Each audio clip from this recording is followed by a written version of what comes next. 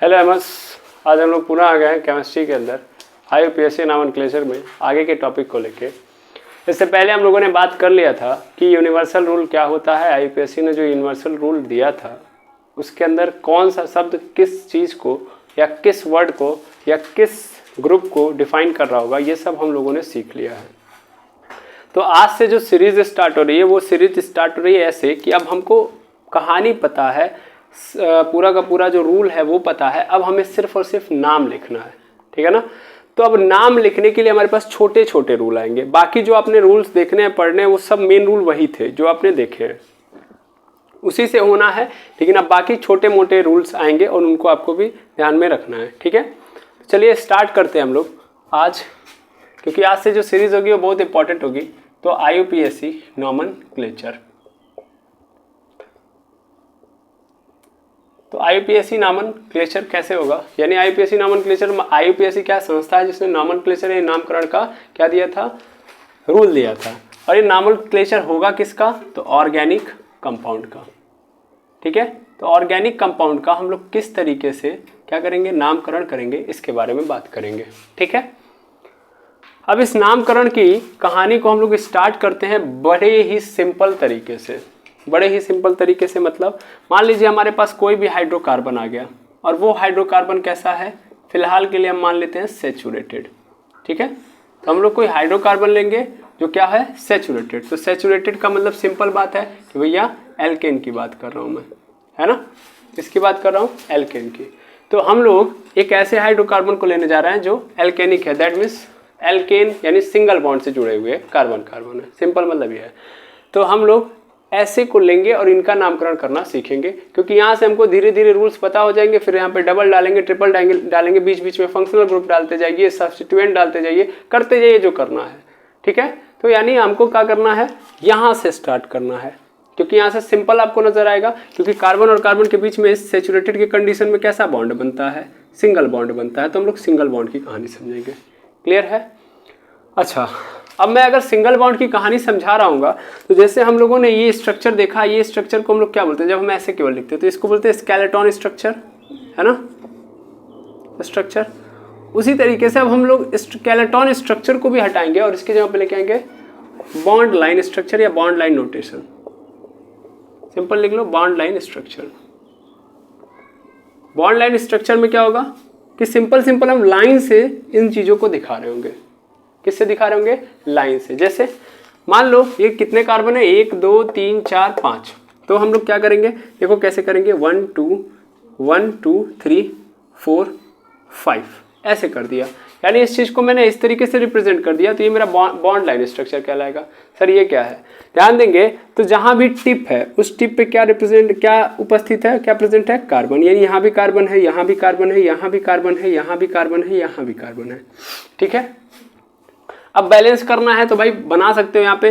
यानी चूंकि देखा जाए तो इस कार्बन से कार्बन के बीच में क्या है, सिंगल बॉन्ड है। तो इस कार्बन को कितना चाहिए, 3 चाहिए। तो यानी 1, फिर यहाँ पे देखोगे 2 और यहाँ पे क्या हो जाएगा 3 और चौथा ये हो गया। फिर इसी तरीके से इस कार्बन को देखोगे तो 1 2 मिल चुका है, इसको कितना चाहिए 2, तो 2 दे दोगे, ठीक है। अब इस तरीके से बनाते जाओ तो यहाँ भी क्या होगा, इसको 2 दे दो, यहाँ भी दे दो, इसको भी 2 और इसको मिल जाएगा 3, देना पड़ेगा 3, तो इसका भी कंप्लीट, ठीक है।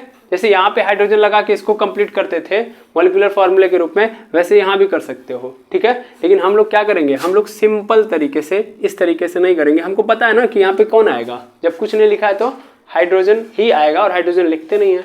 और हमने अब कार्बन को भी गायब कर दिया। देखो यार, स्केलेटन स्ट्रक्चर में हम कार्बन कार्बन दिखाते थे, जब हम बॉन्ड लाइन स्ट्रक्चर में आएंगे तो कार्बन को भी हटा देंगे, सिंगल लाइन से रिप्रेजेंट कर रहे होंगे, ठीक है। बस कार्बन हाइड्रोजन और इसके अलावा कुछ आ रहा है तो उसको लिखना पड़ेगा। यानी कार्बन हाइड्रोजन के अलावा कुछ भी आएगा तो लिखेंगे स्पेशली। जैसे मान लीजिए अगर मैंने ऐसे किया ऐसे किया ऐसे किया और यहाँ पे लिख दिया O, ठीक है। यहाँ से सिंपल रिप्रेजेंटेशन है कि बाकी जगहों पे देखो हर टिप पे क्या है, कार्बन प्रेजेंट है। हर जगह पे क्या है, कार्बन प्रेजेंट है, हर टिप पे, ठीक है ना। टिप पे कार्बन प्रेजेंट है और इस कार्बन को बैलेंस किसने किया होगा, हाइड्रोजन ने। तो ये नहीं लिखा गया, लेकिन देखो यहाँ पे क्या आ गया है, ऑक्सीजन, ठीक है ना। तो ऑक्सीजन आ गया तो फिर ऑक्सीजन को लिखेंगे। यानी कार्बन हाइड्रोजन के अलावा इसमें कुछ भी आएगा तो लिखेंगे, जबकि यहाँ पे हाइड्रोजन के अलावा कुछ भी आएगा तो यहाँ पे लिखेंगे। कब, जब स्ट्रक्चरल फॉर्मूला देखेंगे, सॉरी स्केलेटन स्ट्रक्चर देखेंगे तब, क्लियर है। जबकि बॉन्ड लाइन नोटेशन या बॉन्ड लाइन स्ट्रक्चर के अंदर सिंगल हम लाइन से रिप्रेजेंट करेंगे किसी भी स्ट्रक्चर को, ठीक है। सबसे पहले कुछ हम स्ट्रक्चर लेते हैं, उनको बॉन्ड लाइन स्ट्रक्चर के अंदर डिफाइन करना स्टार्ट करते हैं, क्योंकि अगर हम लोगों ने इसको नहीं पकड़ा तो फिर दिक्कत होगी। ऐसा नहीं हम पहली बार पढ़ रहे हैं, अगर आप ऑर्गेनिक केमिस्ट्री का इंट्रोडक्शन से पार्ट देखोगे, यानी ऑर्गेनिक केमिस्ट्री के लेक्चर्स देखते आओगे, तो हम लोगों ने बॉन्ड लाइन का नोटेशन कैसे किया जाता है वो सीखा हुआ है ना। फिर फिलहाल में यादें ताज़ा करने के लिए हम लोग पुनः इसको देख रहे हैं। चलिए देखते हैं हम लोग। जैसे मान लीजिए हम लोग क्या करते हैं, इस साइड लिखते हैं मॉलिक्यूलर फार्मूला, मॉलिक्यूलर फार्मूला, ठीक है। फिर इधर क्या लिखेंगे, स्ट्रक्चरल, या अगर सिंपल देखा जाए तो हम लोग क्या लिखते हैं, हम लोग कई सारे स्ट्रक्चर बनाते हैं ना। मॉलिक्यूलर फार्मूला सपोज कर लो मैंने यहाँ पे लिख दिया C2H6, C2H6। अब C2H6 को एक्सपेंडेड फार्मूला या एक्सपेंडेड स्ट्रक्चर इसका देखा जाए, एक्सपेंडेड स्ट्रक्चर, ये इसका स्ट्रक्चर देखा जाए तो इसका स्ट्रक्चर मैं देखूंगा तो यहाँ पे कितने कार्बन है, 2, तो यहाँ पे 1 2 हो गए। फिर कितने हाइड्रोजन है, 6, तो इसका मतलब 1 2 3 इसको दे दो, 1 2 3 इसको दे दो, हो गया। तो 3 3 मिल गया, बन गया, हो गया। अब इसी चीज़ को हम लोग क्या, ये तो एक्सपेंडेड स्ट्रक्चर है, मतलब एक्चुअल में स्ट्रक्चर कैसा होना चाहिए, ऐसा, लेकिन मेरे पास टाइम की थोड़ी कमी है, इसलिए हम लोग क्या लेंगे यहाँ पे, हम लोग यहाँ पे लेंगे स्केलेटन स्ट्रक्चर, क्योंकि दुनिया जानती है कार्बन के साथ कौन आएगा, हाइड्रोजन ही आने वाला है, तो बार बार हाइड्रोजन को क्या लिखना है ना। तो यहाँ पे स्केलेटन स्ट्रक्चर, अब स्केलेटन स्ट्रक्चर लेंगे तो सिर्फ और सिर्फ C और C लिख देंगे, बात खत्म, हाइड्रोजन सारा हटा दो, ठीक है। तो सबको पता है ना कि इनको बैलेंस करने के लिए कौन आएगा, हाइड्रोजन, तो कहानी खत्म। अच्छा, अब इसी तरीके से अगर हम लोग क्या लिखें, बॉन्ड लाइन स्ट्रक्चर लिखें तब, तो बॉन्ड लाइन स्ट्रक्चर इससे भी खतरनाक होगा। बॉन्ड लाइन स्ट्रक्चर में क्या होगा, ध्यान दोगे तो ये ऐसे हो जाएगा बस, या सिंपल लिख सकते हो ऐसे, ठीक है। देखो ये एक टिप बनी और ये दूसरी टिप, यहाँ भी कार्बन यहाँ भी कार्बन, ठीक है, क्लियर। तो कैसे डिनोट करेंगे आपको समझ में आ रहा होगा, ठीक है। चलिए ऐसे ही हम लोग एक और एग्जांपल लेते हैं, एक और एग्जांपल जैसे हम लोगों ने यहाँ पे ले लिया C3 और H6, C3H6, C3H6 है तो यहाँ पे क्या हो जाएगा, 1 कार्बन 2 कार्बन 3 कार्बन, कितने हाइड्रोजन 3, तो पहले एक एक को कंप्लीट करते हैं उस साइड से, तो 1 2 3 हो गया इधर, फिर 3 हो गया इधर, 2 दे दो तो इधर कितना हो जाएगा 5, और इसको मिल जाएगा कितना हो जाएगा 6, यही तो होगा। फिर से समझिएगा,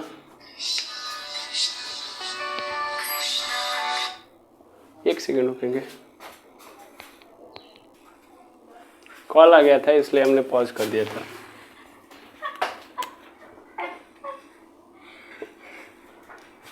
तो यहाँ पे देखेंगे आप, ये बैलेंस है, यहाँ पे ये भी बैलेंस है, और ध्यान से देखेंगे चूंकि ये हाइड्रोजन छोटा दिख रहा है वहाँ पे, ठीक है, इसीलिए हाइड्रोजन को हटा दिया गया ताकि दिखाइए ना दे, समझ रहे हैं। तो ये कंप्लीटेड है, ये भी कंप्लीटेड है, लेकिन ये कंप्लीट नहीं है। यहाँ पे देखेंगे आप ध्यान से तो इसके कितने हैं, 2 हैं, और इसको अभी भी कंप्लीट करने के लिए कितने की ज़रूरत है, 2 की ज़रूरत है। तो मान लीजिए अगर ये 2 बनाता है, अगर यहाँ पे ये 2 बनाता है तो 100% श्योर है कि ये इसका वाला अनबैलेंस हो जाएगा, क्योंकि इसका हो जाएगा 1 2 3 3 3 6, है ना, तो ज़्यादा हो जाएगा, तो फिर दिक्कत हो जाएगी। तो फिर मैं क्या करूँगा, इन दोनों हाइड्रोजन्स को निकाल लूँगा, दोनों हाइड्रोजन को निकालूंगा तो ये दोनों को यहाँ पे रख दूंगा तो ये भी नहीं लेगा, है ना। तो इसीलिए क्या करेंगे हम लोग, यहाँ पे 3 नहीं बना के 1 ही बनाएंगे, मतलब यहाँ पे सिंपल समझ आ जाए तो यहाँ पे हाइड्रोजन था, इसके पास 2 थे, और यहाँ पे क्या था, 1 बॉन्ड था, तो हम 1 बॉन्ड पहले लगाते हैं, एक के साथ 2 नहीं लगाते हैं, ठीक है, पहले डबल बनाते हैं। तो डबल बनाने से क्या हुआ, देखा जाए तो 2 और 2 4 और 1 5, तो इसका ज़्यादा हुआ 1 तो हटा दिया हमने, तो अभी इसका कितना हो गया, 2 1 3, और ये 1 क्या हो जाएगा 4, वो जो हाइड्रोजन यहाँ से हटा उसको मैंने यहाँ पे लगा दिया, क्लियर है, बिल्कुल। अब जब मैं स्केलेटन स्ट्रक्चर में आऊँगा तो ये हाइड्रोजन लगाने उगाने की झंझटें नहीं, यहाँ पे लिखूंगा C और डबल बॉन्ड C, खत्म, ठीक है। बाकी जहाँ बैलेंस करना है वहाँ पे क्या लगा लीजिए, हाइड्रोजन। अब आप क्या कर सकते हो, लगा सकते हो। अब फिर आता है यहाँ पे इसको बॉन्ड लाइन में कैसे करेंगे, तो बॉन्ड लाइन में ऐसे करो और यहाँ पे क्या लगा दो, डबल बॉन्ड, क्लियर। देखो कैसे, यहाँ पे C, यहाँ पे C और यहाँ पे C, वही चीज़ तो लिखी गई है, क्लियर है कि नहीं है। तो इसीलिए हम लोग बॉन्ड लाइन में देखिए उससे भी ईजी हो जा रहा है, और बॉन्ड लाइन में हम लोगों ने लाइन को क्या कर दिया, डबल, तो इसका मतलब डबल बॉन्ड। ऐसे हम थोड़ा सा और बड़ा लेते हैं, जैसे हम लोगों ने ले लिया C5 और H10, C5H10, H8 लेते हैं हम लोग, C5H8। C5H8 लेंगे अगर हम लोग तो 1 2 3 4 5 हो गया। हाइड्रोजन कितना है 8 पहले एक एक करके बैलेंस करिए तो 1 2 3 यहाँ पे हो जाएगा 3 हाइड्रोजन, यहाँ पे 2 हाइड्रोजन हो गया। तो देखिएगा यहाँ पे 3 कंप्लीट, 2 यहाँ से कंप्लीट, 3 2 5 हो गया, यहाँ पे दे दिया 2 तो ये भी कंप्लीट, एक इसको दे दिया तो ये भी कंप्लीट हो गया। अब यहाँ पे देखेंगे तो ये इस सी ने केवल एक बॉन्ड बनाया, यानी इसको कंप्लीट होने के लिए कितना चाहिए 2 और चाहिए, तो एक और बनाएगा ये, एक और जब बनाएगा तो अभी भी कितना हुआ इसका, अभी इसका कितना हो गया 2 हुआ, लेकिन अभी एक और चाहिए। लेकिन इधर देखा जाए तो 2 और 2 क्या हो गया इसका 4 हो चुका है, यानी अभी एक्स्ट्रा नहीं लेगा। तो अगर मैं एक और बना रहा हूँ अगर इसको कंप्लीट करने के लिए तो क्या करना पड़ेगा, इसको अपना हाइड्रोजन हटाना पड़ेगा। अब ये कंप्लीट है और इसको एक और चाहिए, तो हाइड्रोजन जो हम निकाले इसको कहाँ ला के जोड़ देंगे यहाँ पे, ठीक है। तो यहाँ पे हम लोगों ने कर दिया, काम हो गया। अब इस चीज़ को स्केलेटन स्ट्रक्चर के अंदर देखा जाए तो यहाँ पे C बारी बारी लगा दो और लास्ट वाले में क्या करना है ट्रिपल बॉन्ड लगाना है, तो ट्रिपल बॉन्ड लगा दो। थोड़ा बड़ा करते हैं क्योंकि दिखाई नहीं दे रहा होगा, ऐसे, ठीक है। तो ये बन गया आपका स्केलेटन स्ट्रक्चर। अब इसी तरीके से बॉन्ड लाइन स्ट्रक्चर बनाऊँ मैं तो कैसे होगा, ध्यान दीजिएगा। यहाँ पे 2 हो गए, फिर ये तीसरा, फिर चौथा और ये पांचवा, और पांचवे में क्या है 3 बॉन्ड है, तो इसलिए लाइन को कितनी बार कर देंगे 3 बार कर देंगे, और बाकी टिप पे क्या है आपके कार्बन है। तो देखिए इस तरीके से आप देख पा रहे हो कि बॉन्ड लाइन स्ट्रक्चर कितना इजी है और इसमें कितना है तामझाम। अगर हम इसमें फंसेंगे, अब देखिए ये बहुत बेसिक चीज़ है कि हाइड्रोजन को बैलेंस कहाँ करना है, तो ये आपने सीख लिया है, ठीक है ना। अब आप क्या करिए, अगर जब हम क्या पढ़ा रहे थे होमोलोगस सीरीज, तो वहीं पे ये सब चीज़ें देखी जा रही थी, है ना। वहाँ पे आपको बैलेंस करना सीखना था, तो वहाँ पे आप लोगों ने कर लिया होगा और अच्छे से समझा होगा, ठीक है। तो वो चीज़ें आप लोगों ने वहाँ देख ली होंगी। जब ये चीज़ें अगर आपको आ गई तो फिर हम इसके चक्कर में नहीं पड़ेंगे, फिर बड़ी बड़ी चीज़ों के चक्कर में पड़ेंगे, और बड़ी बड़ी चीज़ें यहाँ पे हैं, इनमें आप पढ़िए। इनमें पढ़ेंगे तो फिर बड़ी चीज़ों को आप नहीं समझ पाएंगे, ठीक है ना। फिर थोड़ा टाइम ज़्यादा देना पड़ेगा, तो उससे बढ़िया कि हम इस पर ध्यान देते हैं, इसको छोड़ते हैं अभी फिलहाल के लिए। इसीलिए हम लोग कौन सा लेंगे, बॉन्ड लाइन स्ट्रक्चर। अब छोड़ने का मतलब ये नहीं कि हम भूल जाएंगे इसको, नहीं, ठीक है ना। हम सिर्फ और सिर्फ इसको जल्दी से जल्दी, बाकी चीज़ों को जल्दी से जल्दी अच्छे से रिकॉग्नाइज करने के लिए इसका यूज कर रहे हैं, जबकि ये तो हमको पता ही है इसलिए, ठीक है। बाकी मैंने तीनों बता दिए आपको। तो अब हम लोग बॉन्ड लाइन स्ट्रक्चर का ही यूज करते हुए आगे बढ़ेंगे। अब देखिएगा रूल्स कहाँ से स्टार्ट होते हैं, ठीक है।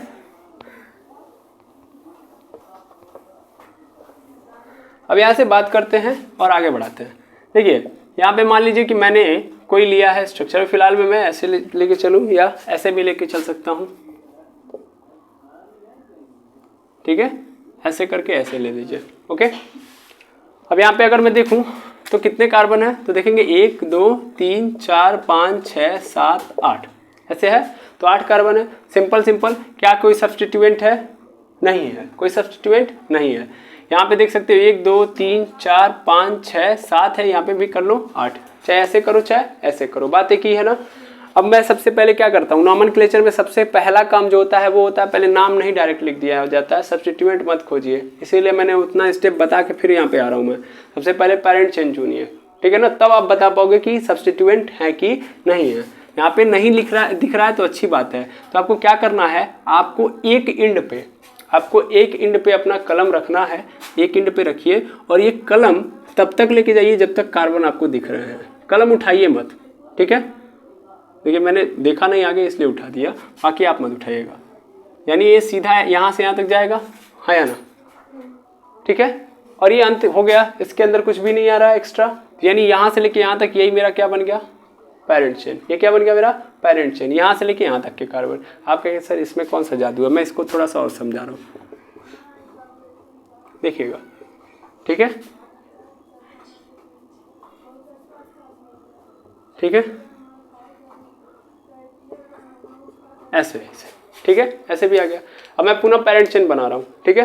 पेरेंट चेन के अंदर सबसे पहला काम क्या होना चाहिए, वही चीज़, एक एंड से दूसरे एंड तक कभी भी क्या नहीं होना चाहिए, कलम नहीं उठना चाहिए। तो मैं अगर यहाँ से उठाऊँ, अब मैं कार्बन पे काट दूंगा तो दिक्कत हो जाएगी, इसलिए हम इसके ऊपर लाइन चला रहे हैं, ठीक है ना। चलाइए, यहाँ तक कार्बन था, मुड़ाना पड़ा नहीं। अगर मैं किसी और को कैच करने जाता तो मुड़ाना पड़ता कि नहीं पड़ता, जैसे इसको मैं पकड़ना चाहता तो मुझे क्या करना पड़ता, मुड़ाना पड़ता। तो ये मेरी पहली पेरेंट चेन नजर आ रही है, नहीं सर पहले ये चैन है, ये क्या है, चेन है। पेरेंट चेन अभी हम नहीं बोल सकते कि ये पेरेंट चेन है कि नहीं है। अब मैं दूसरे तरीके से एक और चेन बना सकता हूँ। चेन बनाने का तरीका यही है कि एक एंड से उठाइए, दूसरे एंड तक लेके जाइए जहां तक कार्बन आपको दिख रहा है, पेन नहीं मुड़ना चाहिए। जैसे फिर मैं यहाँ से स्टार्ट करूँ और यहाँ से मैं काटते हुए निकलूँ और यहाँ से फिर इधर मुड़ाऊँ, ठीक है, तो ये भी मेरी एक चेन बनेगी, क्योंकि यहाँ भी एक एंड से दूसरे एंड तक मैं चला गया हूँ और पेन नहीं मुड़ा है मेरा, है ना, समझ पा रहे हैं। तो ये दूसरी चेन हो गई मेरी। तीसरी और कोई चेन बना सकता हूँ मैं, बहुत सारी चेन बनेंगी सर।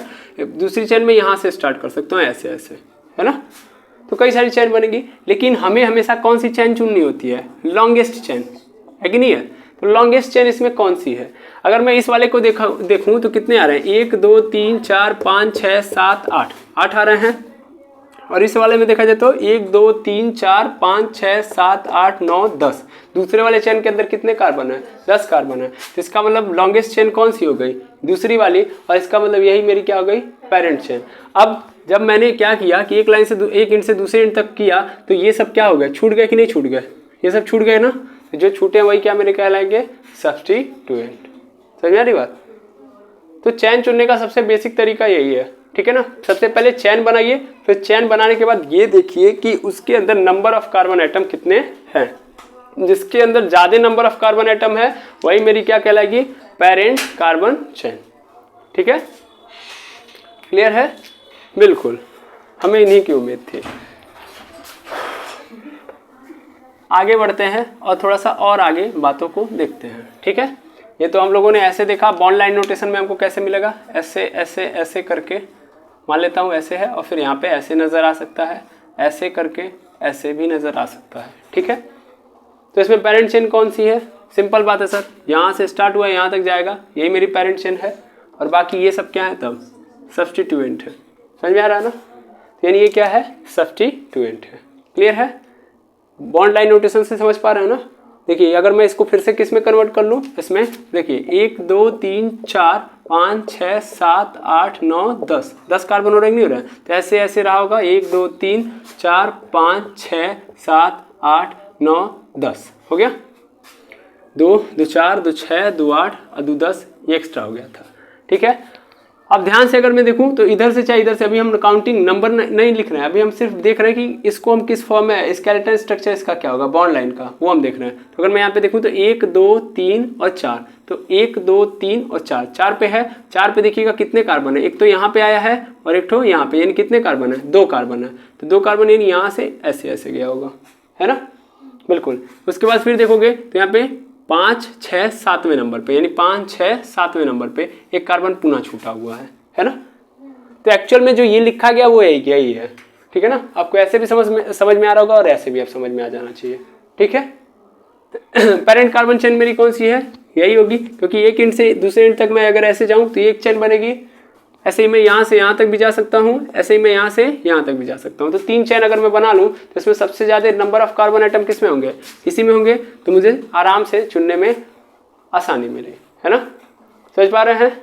तो पेरेंट कार्बन चेन चुनना ईजी है हमारे लिए, एकदम ईजी है, हाँ या ना। चलिए ठीक है, वेरी गुड। अब मैं थोड़ा सा अब इसको मिटा रहा हूँ, यहाँ पे नाम लिखने तो हमको आता है, लेकिन हम पहले एक तरीका अलॉट यहाँ पे कर लेते हैं तो समझते हैं। मान लीजिए अब हम कुछ और दूसरा तरीका आजमा रहे हैं, जैसे ध्यान देंगे,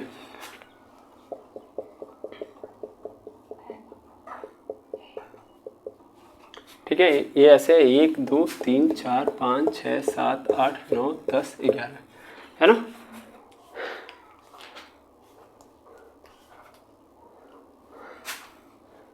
ग्यारह, फिर यहाँ पे एक कार्बन, फिर यहाँ पे एक कार्बन, फिर यहाँ पे एक कार्बन, फिर यहाँ पे एक कार्बन, फिर यहाँ पे एक कार्बन, इसको यहाँ पे कर दो,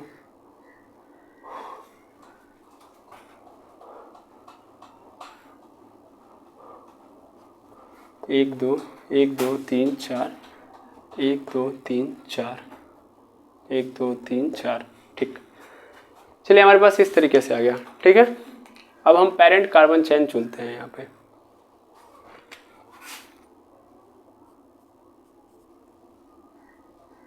एक दो तीन है ना, तो यहाँ से मैंने 1 2 3 कर दिया, थोड़ा सा और एक्सपेंड कर रहा हूँ यहाँ पे, तो 1 2 3 जानबूझ के कर रहा हूँ, अभी आपको समझ में आ जाएगा, ठीक है। चलिए पेरेंट कार्बन चेन चुनते हैं। पेरेंट कार्बन चेन अगर हम चुने तो क्या होगा, यहाँ से यहाँ तक सीधा देखा जाए तो कितना हो रहा है, 1 2 3 4 5 6 7 8 9 10 11 12 13 14। एक ये हो सकती है, एक दूसरी ये हो सकती है, और तीसरी क्या हो सकती है, ये हो सकती है हाँ या ना। फिर से देखो, पहली ये हो सकती है, दूसरी ये हो सकती है, तीसरी ये हो सकती है ना, और चौथी यहाँ से भी निकाल लो, ऐसे भी है ना, 4 हो सकती है। सबसे पहले सीधी वाली के अंदर देखा जाए तो 1 2 3 4 5 6 7 8 9 10 11 12 13 14, टोटल कितने हैं, 14 हैं सीधे वाले में। ठीक है, अच्छा फिर मैं ऐसे ऐसे जा रहा हूँ तो कितना है, तो 1 2 3 4 5 6 7 8 9 10 11 12 13 देखा जाए कितने हैं, तो 1 2 3, पहले यहाँ पे देख लीजिएगा, 3 3 6 3 9 3 12 2 14। ठीक है, यहाँ पे देखिए 3 फिर 3 6 3 9 3 12 12 1 13, यानी इस वाले में कितने हैं, 13 हैं।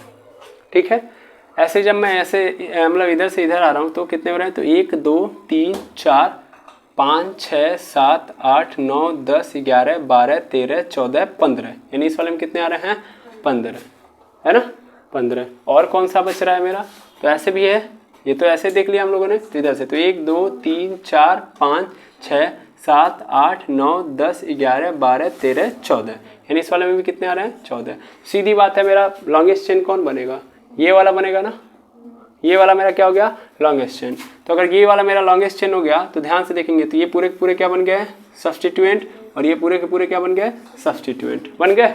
चलिए आज इनका नाम भी लिख लेते हैं, है ना, नाम लिख लेते हैं। तो अगर मैं नामकरण करूंगा तो कैसे करूंगा, नामकरण करूंगा तो मैं पहली बात तो यहाँ पे देख रहा हूँ कि यहाँ पे क्या है, 15 कार्बन वाला मेरे पेरेंट चेन बन रहा है, तो सबसे पहले रूट वाली कहानी खत्म कर लो। 15 कार्बन है, इसका मतलब हम क्या बोलेंगे, इनको पेंटाडेक बोलेंगे, यानी पेंटाडेक, और सब सिंगल बॉन्ड से जुड़े हैं, तो इसका मतलब क्या हो जाएगा, ANE, यानी क्या हो गया, पेंटाडेकेन।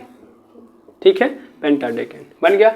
अब सब्स्टिट्यूएंट की बारी, तो सब्स्टिट्यूएंट की बारी में अगर मैं देखूंगा तो सब्स्टिट्यूएंट ध्यान से देखेंगे तो सब्स्टिट्यूएंट 2 जगहों पे छूटे, एक यहाँ पे और एक यहाँ पे।